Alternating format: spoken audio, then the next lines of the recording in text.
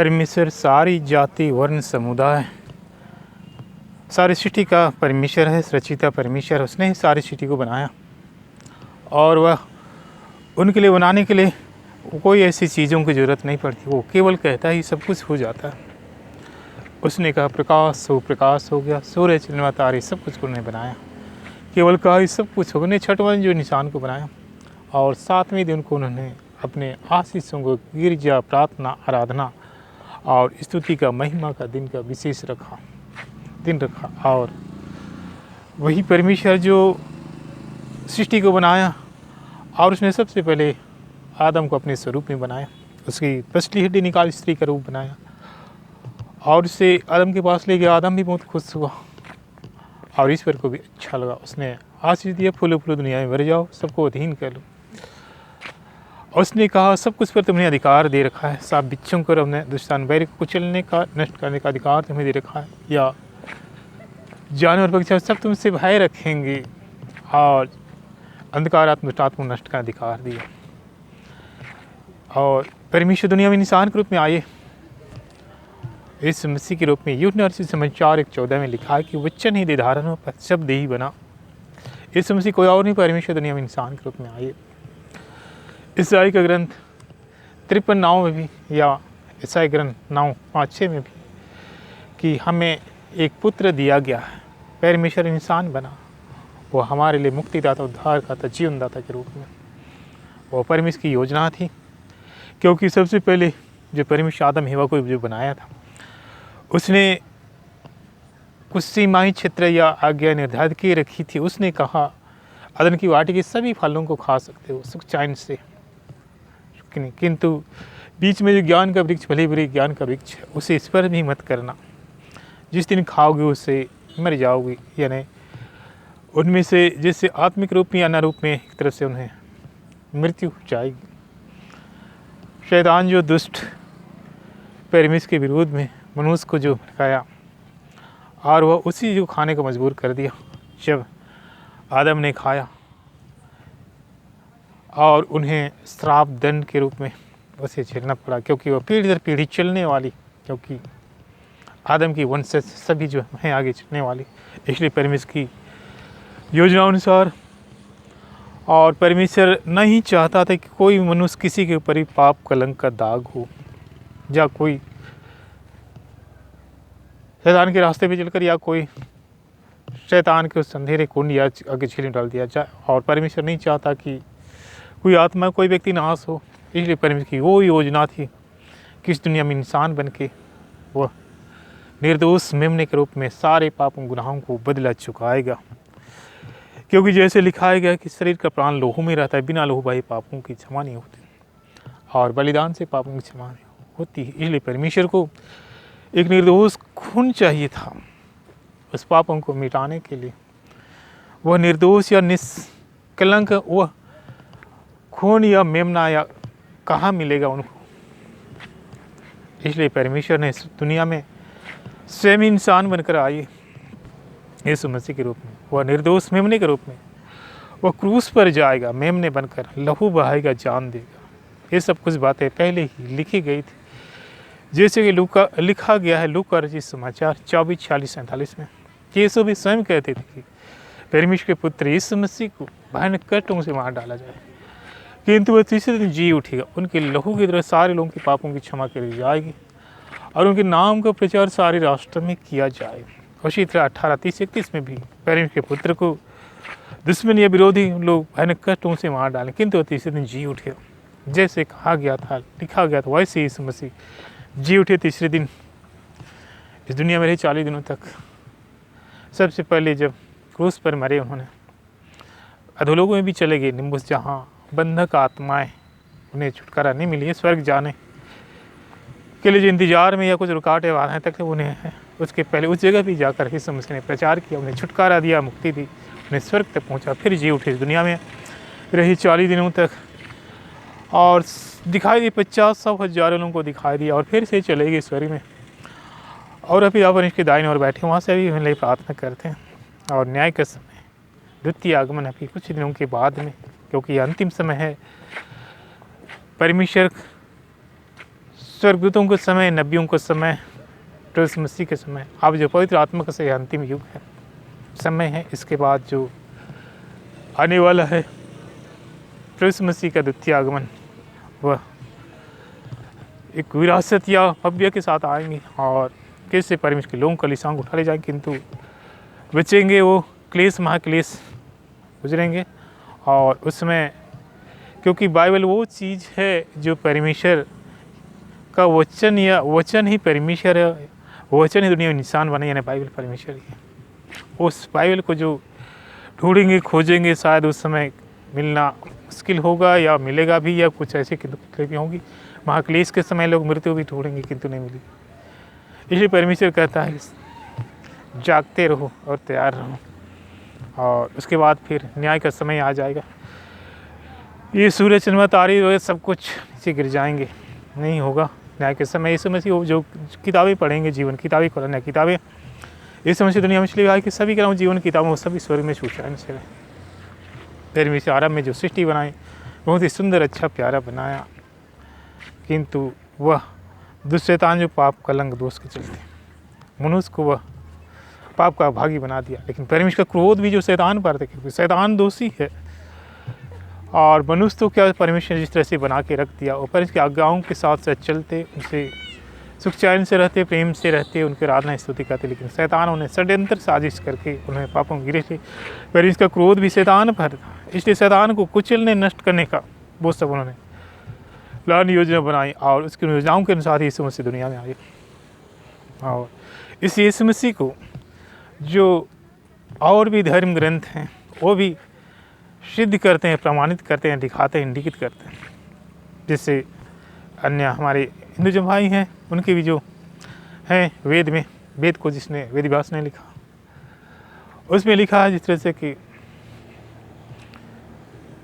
होशे पुराण इसके 31 पद में, शायद संभावित रचनाकार 7वीं शताब्दी में,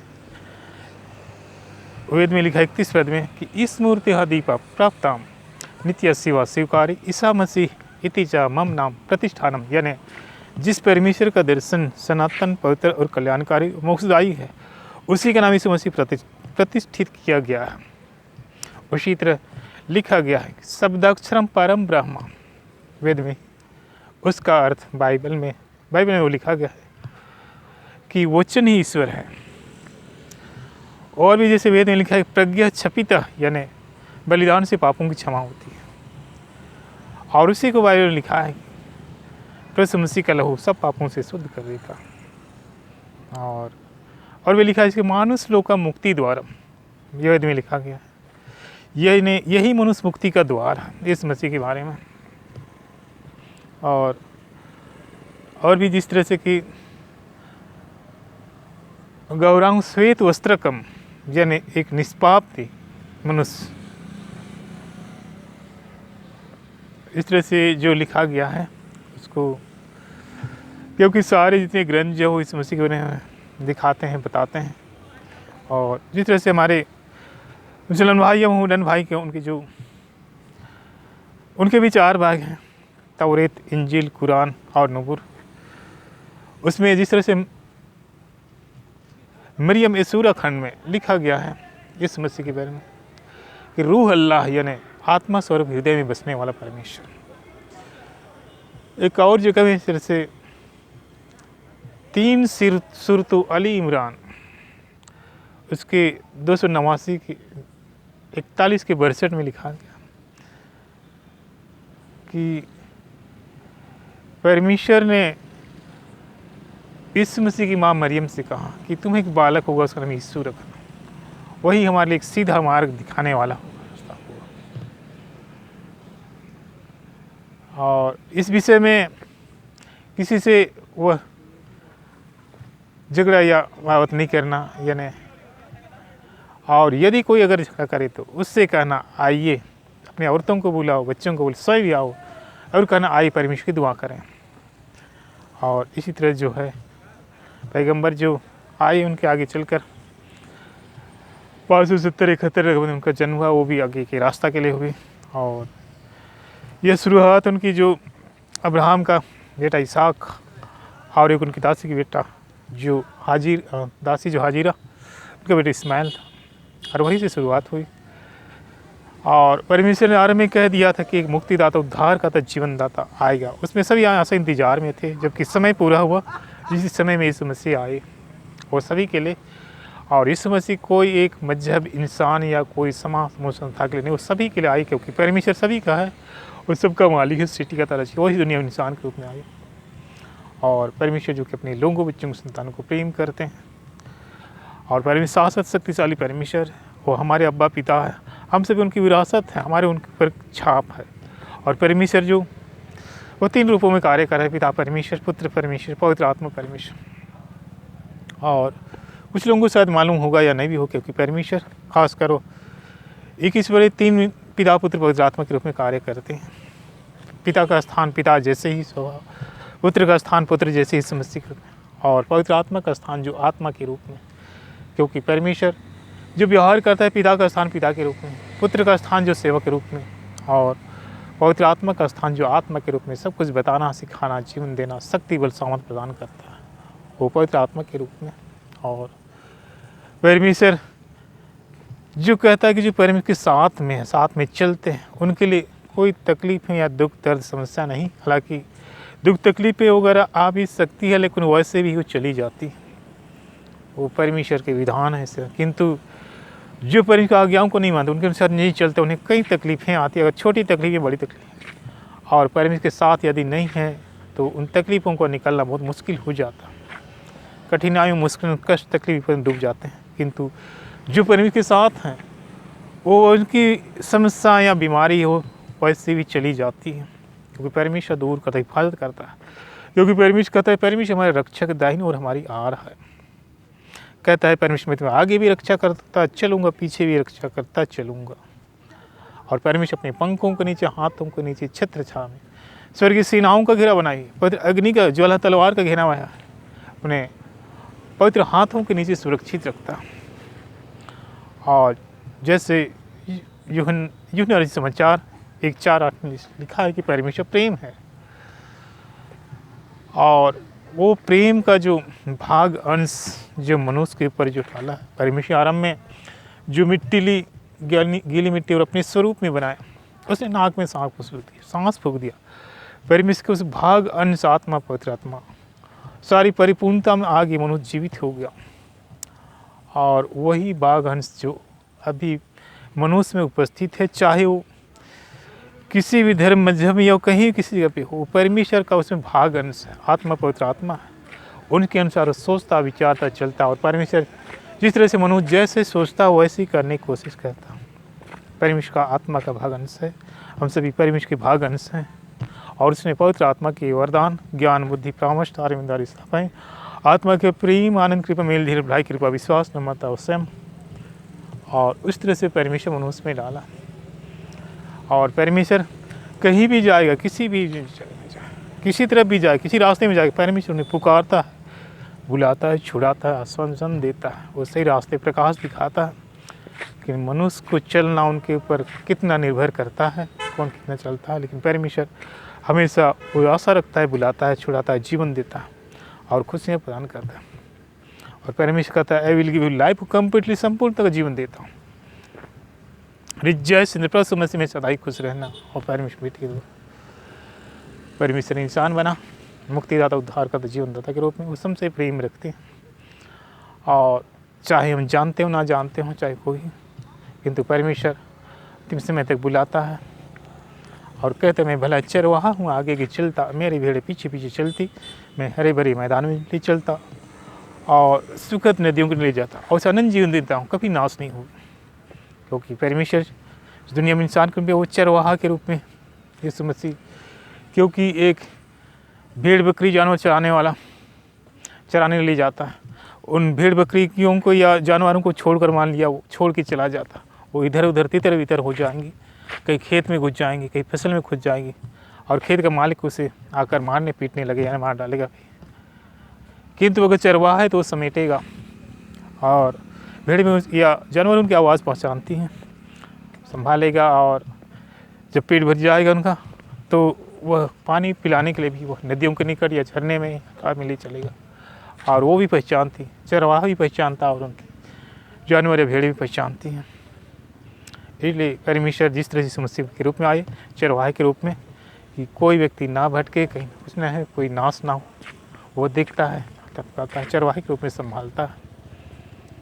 और वही जो इस मसीह दुनिया में आए ताकि मनुष्य की हमारे हर एक पापों गुनाहों क्रूस पर बदला चुका दे। उसने सब कुछ को वसी किया, पूरा किया और हमें स्वतंत्रता दी।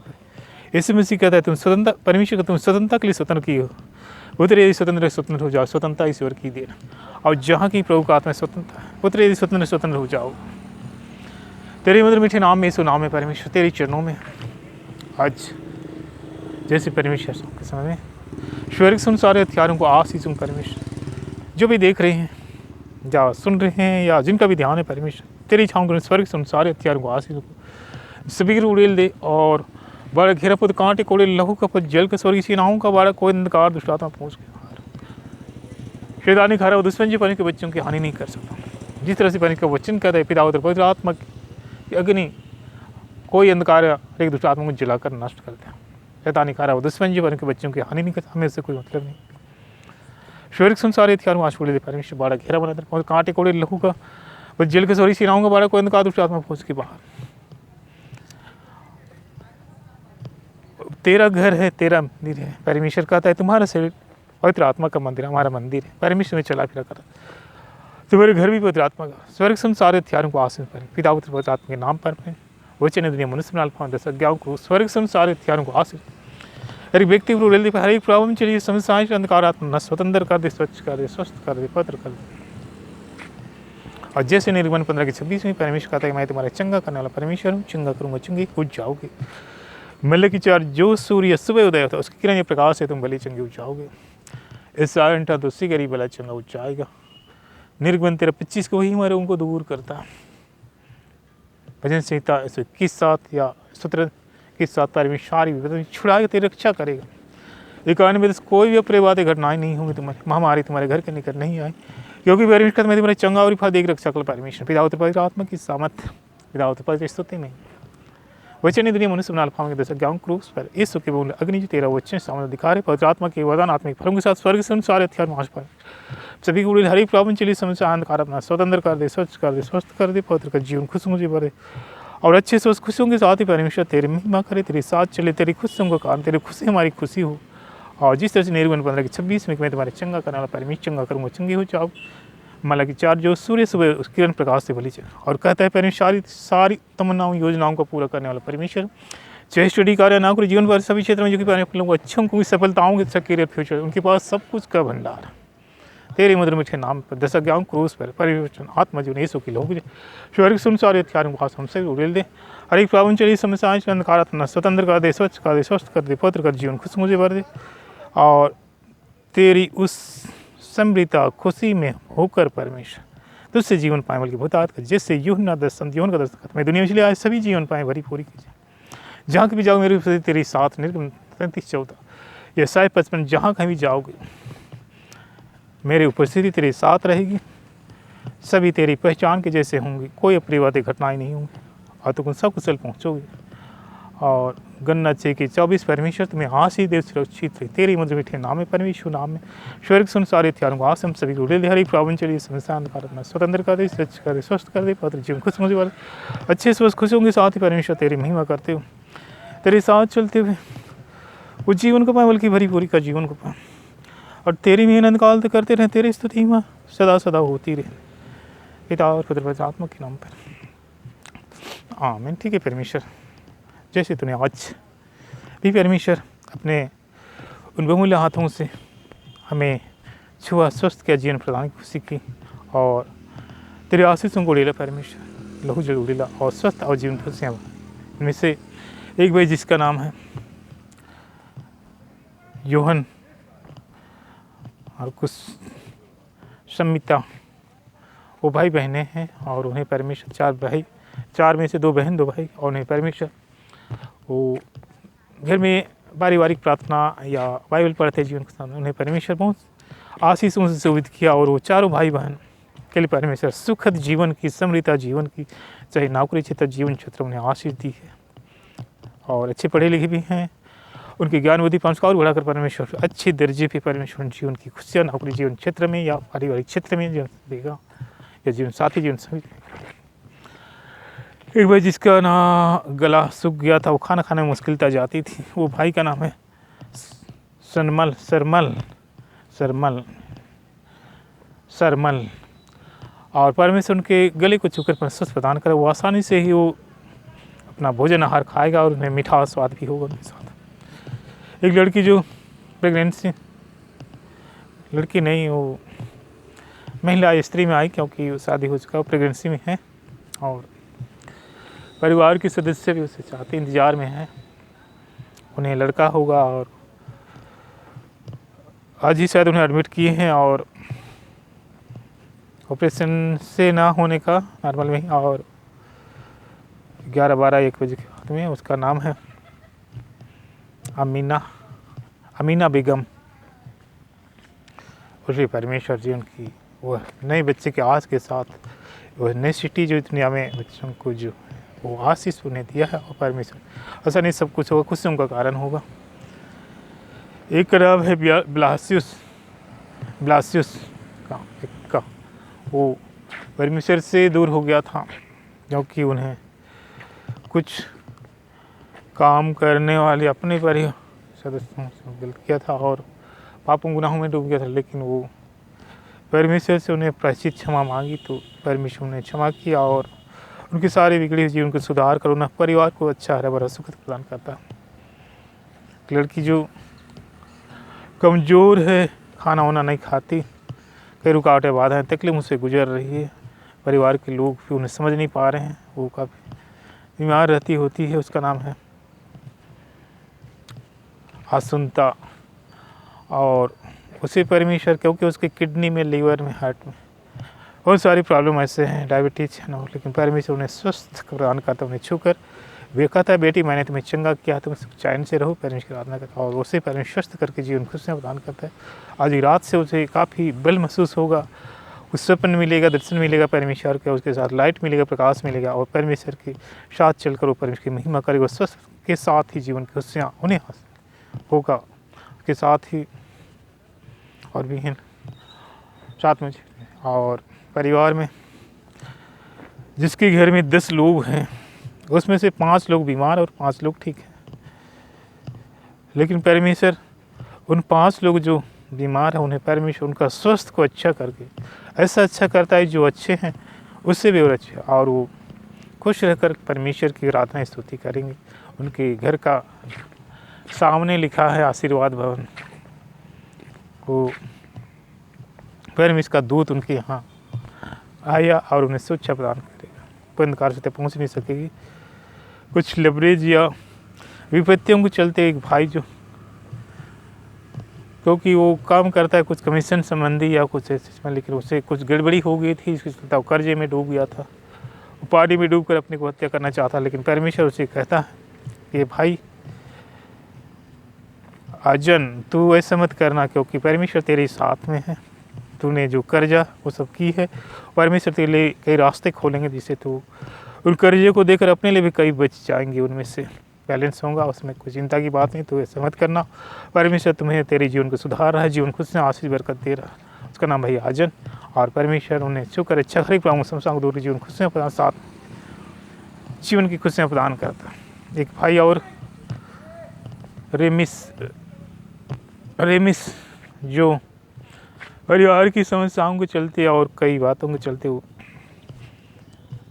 और घड़े का पानी पी लिया था, बाहर में रखा था, उसके चलते उनका तबीयत ख़राब हो गया उसमें, क्योंकि उस घड़े में कुछ और कीटाणु जीव जंतु वगैरह थी, बाहर में पी लिया, सेहत बिगड़ गया और तबीयत उनका बहुत कमज़ोर और उसे सुधरने मुश्किल हो, लेकिन परमेश्वर उन्हें उस निर्मल जल से हाथों से स्वस्थ प्रदान करके उसमें लाइट देकर स्वस्थ प्रदान करता है। साथ में मुझे बच्चे धन्यवाद जितने प्रार्थना के सभी जितने लोग और भी लोगों को परमेश्वर ने स्वस्थ, इसका नाम है अचन सुरिन अरविंद अटल शर्मन यानुस और एजान कुलवंत रामू मिनी जन छः और ऐसे और कौन से लोगों पर परमेश्वर अपना हाथ बढ़ाकर चंगाई खुशी प्यार की आशीष दी, जीवन की खुशियाँ और सौगात दी।